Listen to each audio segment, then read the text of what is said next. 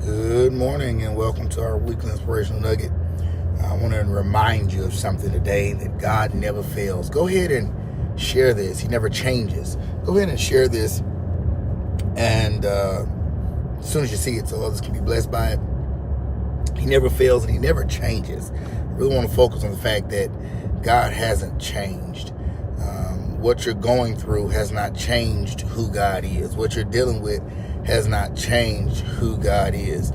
How you feel about it has not changed who God is. God does not change. And that's important to remember because we're dealing now with the pandemic that seems to be everlasting, right? And we have a new variant that has changed a lot of perspectives about where we are. And let me say this, while I'm here, I'm going to get in trouble. I might as well get in trouble all the way. Please, ma'am, please, sir, I have looked into this extensively. I know about all the trials and the studies. I know that we as African Americans have experienced some very, very, very hard times in this country. Freedom for us does not mean the same as others, and our history is not what's being taught correctly, and we've dealt with a whole lot of misinformation and mistreatment. And it is a shame that we've had to go through that. It is horrible that we've had to experience that. And that is just a fact, and it's a reality. Anybody that does not like that, I'm sorry to bother you, but truthfully, you being bothered is the problem. It is what it is what we've faced. And so it is a huge part of our reality, and it's not going anywhere anytime soon. So I understand that is the case. But I want you to consider something, because so many of us are using that as a reason to not receive the vaccine. And you have others that think there's a chip in it to control you. And let me say this, this is how I've always worded that. If you have a problem, if you feel like there's something that's watching you from a governmental standpoint, I suggest you check out that iPhone or Android in your hand. 9 times out of 10, if they're going to control us, that's a much easier way to do it. So please understand that, controlling the people with a vaccine is not feasible, it's not likely, it's not profitable, it doesn't help anything. Some say, well, why do they have a vaccine for the coronavirus so quickly, but they don't have a cure for cancer? It's quite simple. Curing cancer is not profitable. It's not as profitable as treating cancer. Let's just call it like it is. Treating cancer makes more money. So that's why there's treatments for cancer. Removing coronavirus from the scene is more profitable than treating it, because it's so deadly so quickly. And it causes such abrupt destruction and interruptions to money-making abilities. So it's more profitable to have a vaccination for the virus. Another reason why it came so quickly is not just because it was more profitable, but also because the vaccine is not new. The technology for the vaccine is not new. mRNA is not new. It's decades old at this point. That's why it was able to be produced so quickly. Neither is coronavirus. The coronavirus isn't new. And so they were able to take what we've already known, adapt it quickly, and produce the vaccine. Now, I am doing what I haven't done on my broadcast before, and I didn't even mean to talk about the vaccine this much. But I need to, because we spent all of last year asking God to deliver us, asking God to bring us out, asking God to turn this thing around. And then when he does it, we question it because we feel like it was too fast. Well, it's God. The vaccine is not a demonic force. It's not a way to control you. It is not a cure, and it doesn't mean you won't get the coronavirus, possibly. But it does mean you're a lot less likely. For example, you're more or less likely to get the coronavirus with this vaccine than you are with other vaccines that we've been having for decades.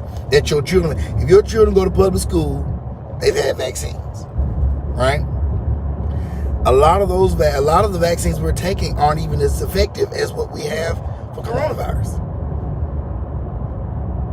So if we go ahead and get that vaccine, people of God, we reduce the risk of infecting others, of being infected ourselves, and most importantly, of being seriously ill, hospitalized, or possibly facing death. And they said, well, people have still died with the Delta variant. True, but every last one of those, if I'm not mistaken, if not every last 99.9% of them, somewhere really, really high, have been not just pre-existing conditions. They have been in bad shape before then, like already sickly before they got the virus.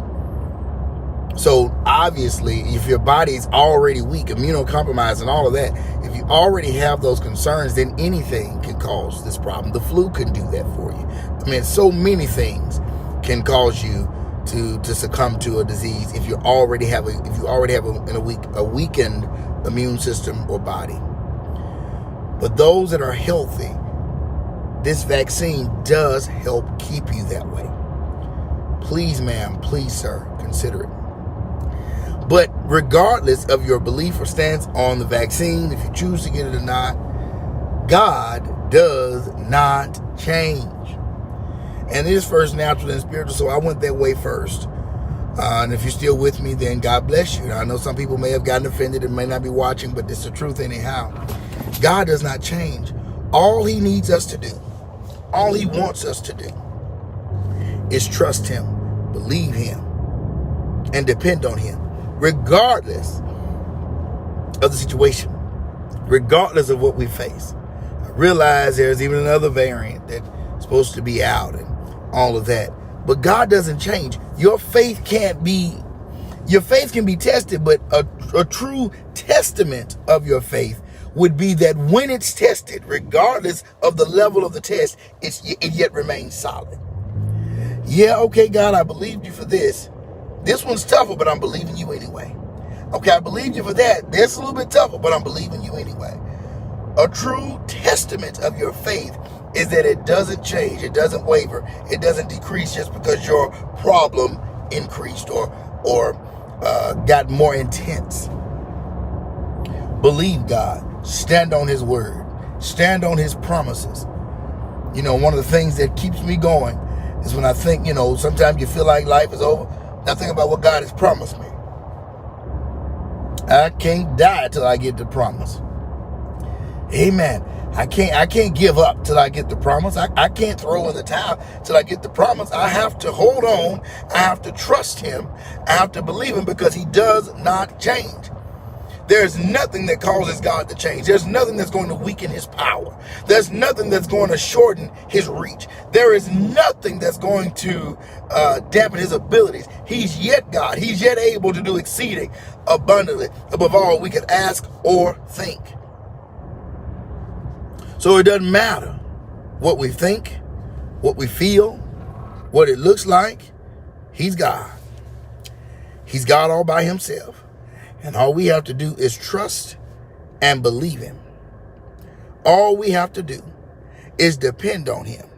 All we have to do is dedicate all that we have to him and trust him to do what he's promised to do, what he's already done.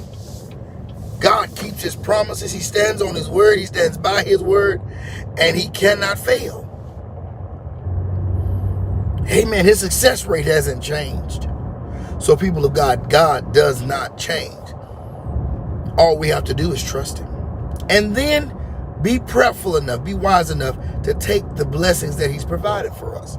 If your doctor has not told you, has not informed you, has not instructed you to hold off on the vaccine, then what are you waiting on? What information are you expecting? Because at some point, you're going to come in contact with this more transmissible variant. At some point, you're going to end up having to deal with this illness because you don't have the vaccine against it. And I pray that it's light for you. I pray that you one of those that, just go on with life, have a little cough or whatever, and you're good. I pray that, but not everybody's going to have that. And not everybody's parents are going to experience it. Not everybody's sick child is going to experience that. And our children are going back to school, so I need you to be prayerful. I need you. You don't have to do it just because I said it. I'm just asking you to pray about it. I'm just asking you to talk to God sincerely. Not with your bias, not with you. God, I'm not going to do it because not unless you tell. No. God, what do you want me to do? God, is this your will? Have you sanctioned this for us? And if you really have a relationship with him, he will make you to know that whether or not you should take the vaccine. If you have a relationship with God, he will make you to know where you stand and what's important for you to do. Because he has not changed. He's yet in the guiding business. The steps of a good man are yet ordered by him. So I love you with the love of the Lord, and there's absolutely nothing you can do about it. I promise you can. And I invite you to join us in worship this morning.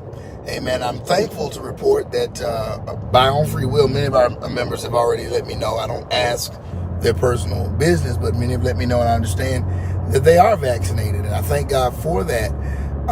So we have in-person worship. You're more than welcome to join us. You can come with your mask on, your face shield, whatever makes you comfortable. That's the way we're worshiping God. Whatever makes you comfortable. You do what makes you comfortable. But come out and let's give God glory, because there's a blessing in coming out in person, I promise you. It's just different. Now, when you're virtual, you see some things and you enjoy them, but it's different when you're in person. And so I admonish you to come out and be with the saints and get the blessing that you need in the house of the Lord. All right, 2948 North Stage Plaza. We'll be there at 11 o'clock. All right, otherwise, if you can't make it, amen, don't feel comfortable. I understand no matter what some people say to you. If you're not comfortable, you're just not comfortable. Amen, we do have the virtual option at 11 o'clock. Amen. As a matter of fact, same channels you're watching me on right now will be live at 11 o'clock. All right. I love you with the love of the Lord. Once again, there's absolutely nothing you can do about it. And I'm looking forward to seeing you at the top real soon, because God hasn't changed. Nothing about him has. And he's going to be there for you. He's going to be there with you, regardless of what you face in this life, in the days to come. Amen. The years to come, until the Lord returns. He is God. He's going to stay God. He's going to stay in control. God bless.